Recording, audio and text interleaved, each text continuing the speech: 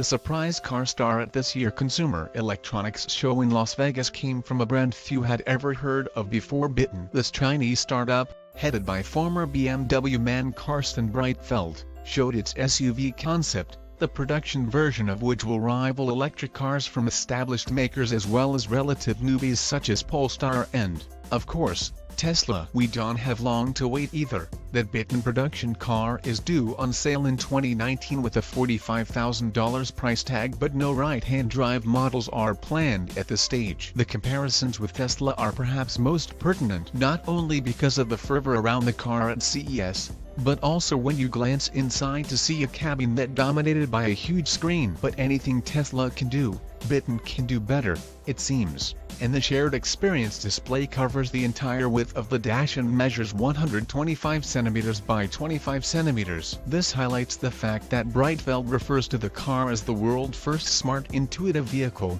or SIV. The screen can display pretty much anything from navigation to video conferencing and is designed to be shared with all passengers. Of course, the car will connect seamlessly with smartphones and it'll even monitor the driver health and offer fitness advice. It's keyless, too, using cameras and facial recognition to let you in, while your preferences are stored in the cloud and can be transferred to any Byton, and there will be more. The company is already talking about a saloon and an MPV based on the same platform and with the same choice of battery and motor combinations. Level 3 autonomy is expected to be on board when the Byton car launches in China in 2019. Before hitting Europe and the US in 2020, and the car will be ready to be upgraded over the air to level 4 autonomy eventually. There's the potential for 5G connectivity when that's available, too, while AI artificial intelligence will learn drivers' routines and habits and make suggestions over time. That huge screen is controlled by hand gestures, while there's also voice control on board with Amazon Alexa built in,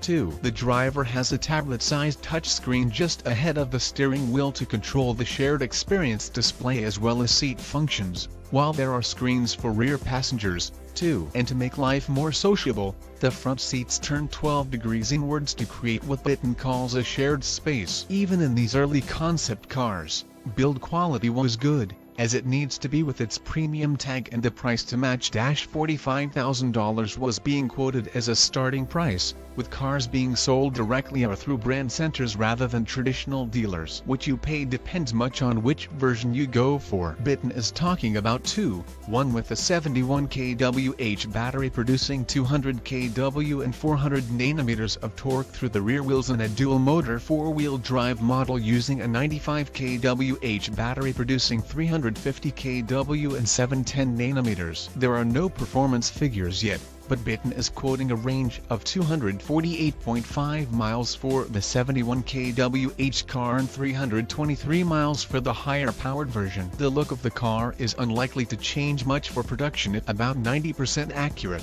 one insider told us. So the sleek 4,850mm long SUV shape with its floating roof, high-set rear and high-tech smart surfaces, using LEDs around the lights to communicate to other drivers and pedestrians, are all set to make production. The only blot on the horizon for potential UK buyers is a lack of right-hand drive models. There are no current plans, although we were told it would absolutely not be ruled out. Byton is based in the Chinese city of Nanjing and was set up by e-car startup Future Mobility, co-founded by former BMW and Nissan executives. Carsten Breitfeld, the former head of BMW I division, is the firm's CEO. Along with its Chinese headquarters, Byton owns studios and research and development facilities in Munich and Santa Clara, California.